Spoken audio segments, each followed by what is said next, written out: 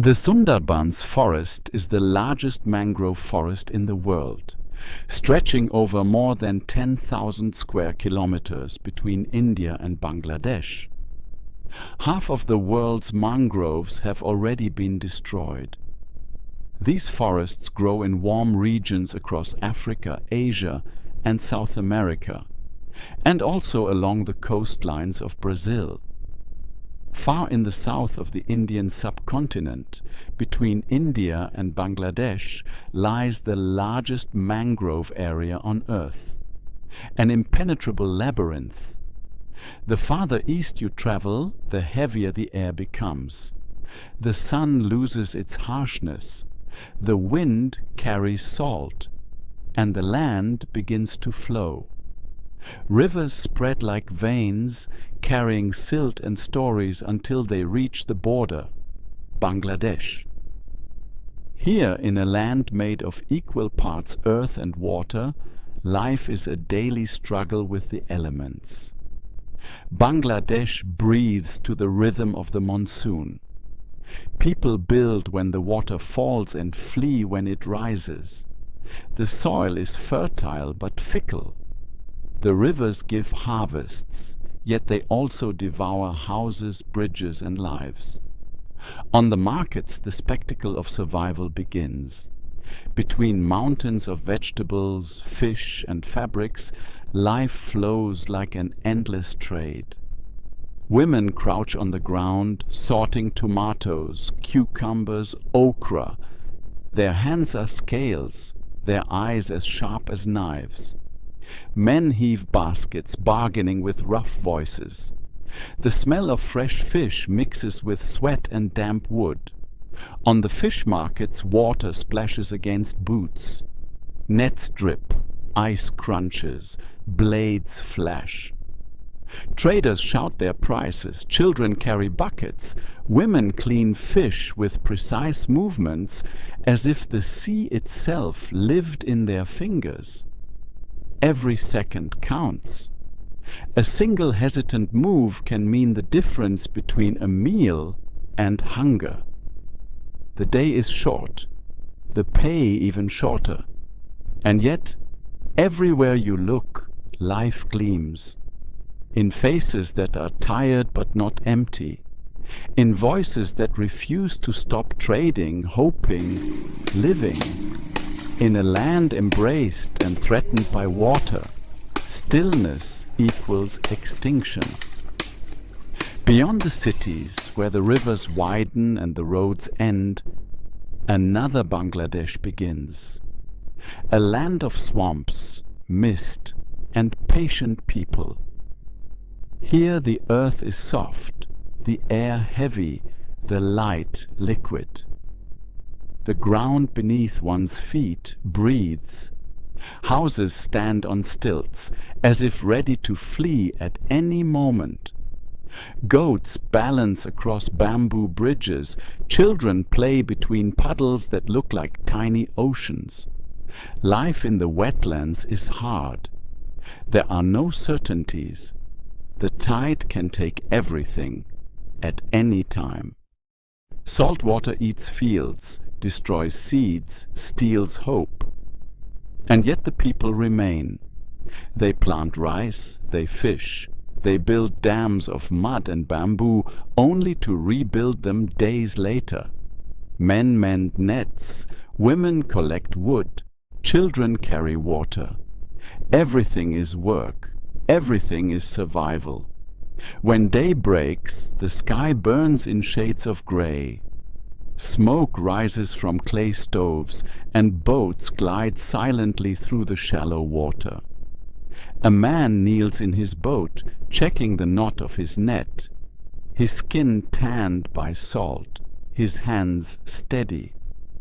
He knows each day could be his last, and yet he goes out, not because he wants to, but because he must. People here learn early to live with fear. Fear of floods, of sickness, of hunger, and fear of what lives beyond the mangroves. Because at the edge of this world begins another, one spoken of only in whispers. Far in the south of the Indian subcontinent, where the mighty Ganges spills into the sea, begins a world both beautiful and deadly, a place where life is ruled by tides, mist, and fear, a place spoken only in whispers, the Sundarbans. Here, between India and Bangladesh, stretches the largest mangrove forest on earth, an impenetrable labyrinth of water, trees, and shadows. Rivers snake through the land like silver veins, linking countless islands made of mud, salt, and roots. The air is heavy with moisture. The hum of insects spreads like a carpet over the water, and everywhere something unseen lurks, life and death entwined. Whoever enters the Sundarbans enters another world. There are no roads, no clear paths. Only narrow waterways that vanish with the tide and reappear at low water. The water is murky, the land moves. What was firm ground yesterday may be swallowed by the sea today. And above all, rules the tiger. The king of this jungle is no ordinary creature. He is large, powerful, elegant, and feared. The Bengal tigers of the Sundarbans are infamous for having learned to hunt humans. Nowhere else on earth has an animal adapted so perfectly, seeing humans as prey. Each year, several villages disappear without a trace, taken by the shadow that moves between the mangroves. Why? Because humans have taken their habitat, and the tigers have learned to strike back. Their hunting grounds shrink, the sea devours the land, hunger grows. Two worlds collide, the ancient predator and the human who struggles to survive. The people of the Sundarbans live in small villages on the edge of this wilderness. Their houses stand on stilts to protect them from the floods. They live from what land and water provide: fish, honey, wood. Yet every journey into the forest may be the last. When they leave in the morning, they say goodbye to their families, as if for the final time. They wear masks on the back of their heads, painted with faces, hoping the tiger will think they are watching even when they turn away. But the tiger is smarter. He waits, watches, and strikes when least expected. Many villagers believe the tigers are not mere animals, but incarnations of spirits. They pray to Bon Bibi, the goddess of the forest, to protect them. In small shrines hidden deep within the jungle, they offer flowers, rice, coconuts. An ancient faith, born from fear and reverence. For here, humans are only guests, and the jungle tolerates no mistakes. When the tide rises, the water comes fast. Trees stand neck-deep in the sea, brackish water flows through their roots, crocodiles glide silently between them. Snakes hang from branches, monkeys scream in the distance, and sometimes you hear a twig snap, or the breath of a creature you cannot see. The Sundarbans live. They breathe, whisper, watch, and kill. Yet despite all the danger, the Sundarbans draw people in. Researchers, photographers, adventurers. They come to witness the unfathomable, one of the last places on earth where nature still reigns. Here, tigers, crocodiles, and humans fight for the same space. Here exists a fragile balance between fear and awe. The tigers themselves are true survivors. They can swim for kilometers. People have seen them in the middle of the water, gliding from island to island. Their stripes ripple across the surface like waves. barely visible, majestic. They are hunters perfectly adapted to the chaos of the jungle. When they strike, it happens soundlessly. A leap from the shadow, a moment of silence, and everything is over.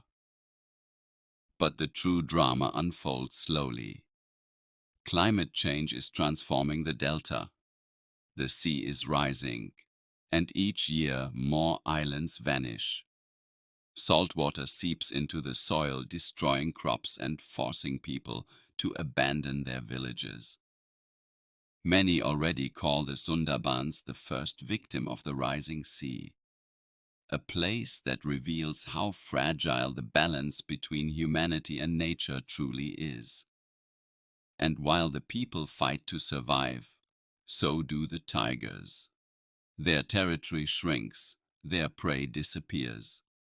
Sometimes they swim across the border into Bangladesh, where poachers wait. Every tiger killed means one less piece of wilderness on this planet. But every tiger that survives reminds us that there are places we were never meant to rule. In the early morning, when the fog hangs low and the sun barely pierces the haze, the Sundarbans seem like a dream, a place outside of time. Boats glide silently through narrow channels, reeds sway, and the water mirrors the sky. But beneath the surface, danger lurks, and reverence. For here, nature rules with an iron hand, and the people, they stay. Because they have learned to live with fear. Because they know that courage is not the opposite of fear, but its sister. Because they understand that survival means continuing, even when the jungle looks back at you. And so the day ends as it began, with mist, with tide, with hope. The water rises, the light fades, and somewhere in the thicket, the tiger moves. Life goes on, quiet, stubborn, unbroken. Here at the edge of the world, where humans and nature share every breath, beats the heart of the Sundarbans. Slow, dangerous, unforgettable.